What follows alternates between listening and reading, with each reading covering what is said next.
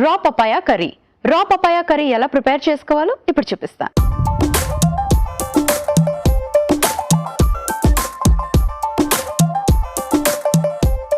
రా papaya curry హెల్దీగా ఎలా ప్రిపేర్ చేసుకోవాలో ఇప్పుడు చూపిస్తాను. ఎస్పెషలీ సప్పర్కి బాగుంటుంది. ఆటిజం ఉన్న పిల్లలకి ఈ కర్రీ ఇస్తే నైట్ ఎస్పెషలీ సప్పర్లోని చాలా హెల్దీ. సో మరి ఎలా ప్రిపేర్ చేసుకోవాలో చూపిస్తాను. స్టవ్ ఆన్ చేసుకుందాం.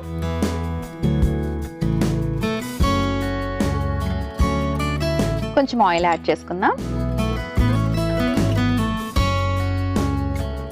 కొంచెం బిర్యానీ ఆకు వేసుకుందాం. సో బిర్యానీ ఆకు అనగానే మనకి ఏంటంటే కొంచెం ఫ్లేవర్కి యూస్ చేస్తూ ఉంటాం. కానీ మన మూడ్ ఎన్హాన్స్ అవ్వాలన్నా, మనకి ఎప్పుడైనా సరే కొంచెం డిస్టర్బ్డ్గా అనిపించినా, నిద్ర సరిగ్గా పట్టకపోయినా ఈ ఆకుని కాస్త ఇంట్లో బర్న్ చేస్తే దాని నుంచి వచ్చే ఆ స్మోక్ ఏదైతే ఉంటుందో అది చాలా మనకి బ్రెయిన్కి చాలా రిలీఫ్ ఇస్తుంది అనమాట. ఎప్పుడైనా ట్రై చేయండి. ఆటిజం ఉన్న పిల్లలు ఎప్పుడైనా ఇంట్లో క్రాంకీగా ఉంటే మీరు ఈ బిర్యానీ ఆకుని అలా కూడా వాడచ్చు. సో ఇప్పుడైతే మనం రెసిపీలోకి యాడ్ చేసుకుంటున్నాము. కొంచెం జీలకర్ర. వాళ్ళకి డైజెషన్ ప్రాబ్లమ్స్ ఎక్కువగా ఉంటాయి కాబట్టి కంపల్సరీగా డిన్నర్ ఇచ్చేటప్పుడు వాము కానీ, జీలకర్ర కానీ, ఇంగువ ఇలా డైజెషన్కి హెల్ప్ చేసే ఇంగ్రీడియంట్స్ ఉన్నాయా లేదా వాళ్ళ రెసిపీలో అనేది మాత్రం కంపల్సరీగా వాచ్ అవుట్ చేయండి. కొంచెం జీలకర్ర వేసుకున్నా, కొంచెం ఉల్లిపాయ ముక్కలు,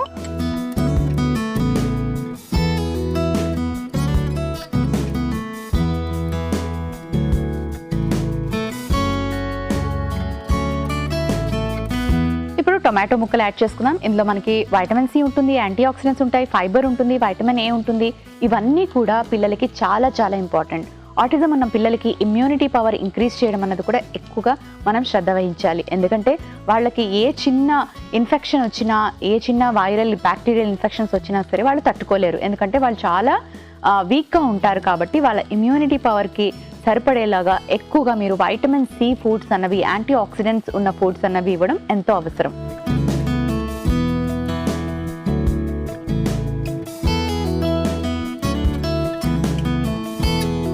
ఇప్పుడు మనం యాడ్ చేసుకుందాం పెసరపప్పు. ప్రోటీన్ కంటెంట్ ఎక్కువగా వాళ్ళకి అందివ్వాలి, వాళ్ళు ఎదుగుదల బాగుండాలి, వాళ్ళు స్ట్రాంగ్గా అవ్వాలి అంటే ప్రోటీన్ కంపల్సరీగా డైట్లో ఉండేలా ప్లాన్ చేసుకోవాలి. సో నైట్ టైం ప్రోటీన్ అంటే మీరు జాగ్రత్తగా ఆలోచించి ఇవ్వాలి. సో పెసరపప్పులో చక్కటి ప్రోటీన్ ఉంటుంది కాబట్టి ఈజీగా డైజెస్ట్ అయిపోతుంది. కాబట్టి మనం సప్పర్లోకి పెసరపప్పుని ప్లాన్ చేసుకున్నాం. సో కొంచెం పెసరపప్పు యాడ్ చేసుకున్నాం. అలాగే పపాయ. నెక్స్ట్ మనం పపాయ యాడ్ చేసుకుంటున్నాం. పపాయాలో కూడా మనకి హై వైటమిన్ ఏ ఉంటుంది, ఫైబర్ ఉంటుంది. వైటమిన్ ఏ మనకి ఇమ్యూనిటీతో పాటు ఐ రిలేటెడ్ ప్రాబ్లమ్స్కి కూడా చాలా ఉపయోగపడుతుంది.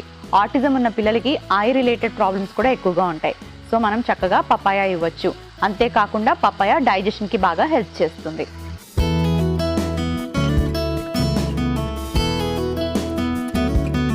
ఇది కాస్త ఇలా సాటే చేసుకుందాం.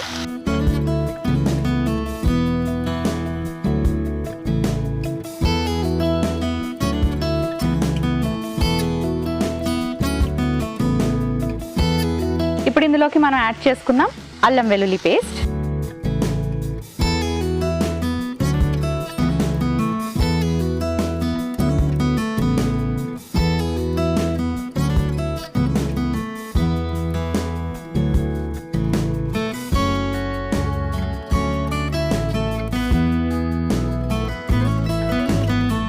కొంచెం ఉప్పు,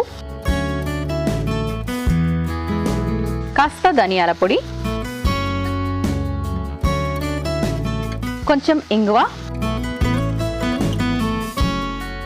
కాస్త జీలకర్ర పొడి, కొంచెం పసుపు, హోల్ గరం మసాలా పొడి, కాస్త కారం.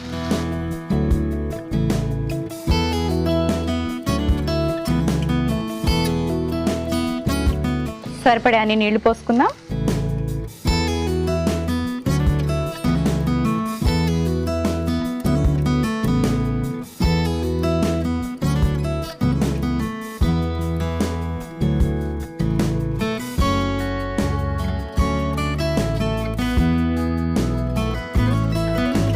రా పపాయ చాలా ఫాస్ట్గా ఉడికిపోతుంది. దాన్ని ఎక్కువసేపు ఉడికించాల్సిన అవసరం లేదు.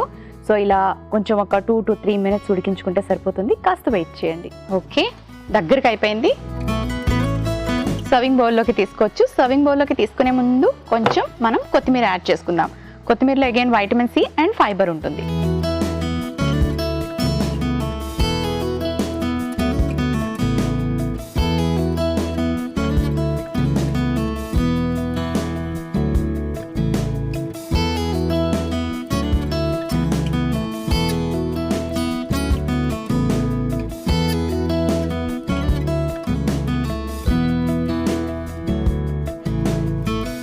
రా పపాయా కర్రీ రెడీ అయిపోయింది.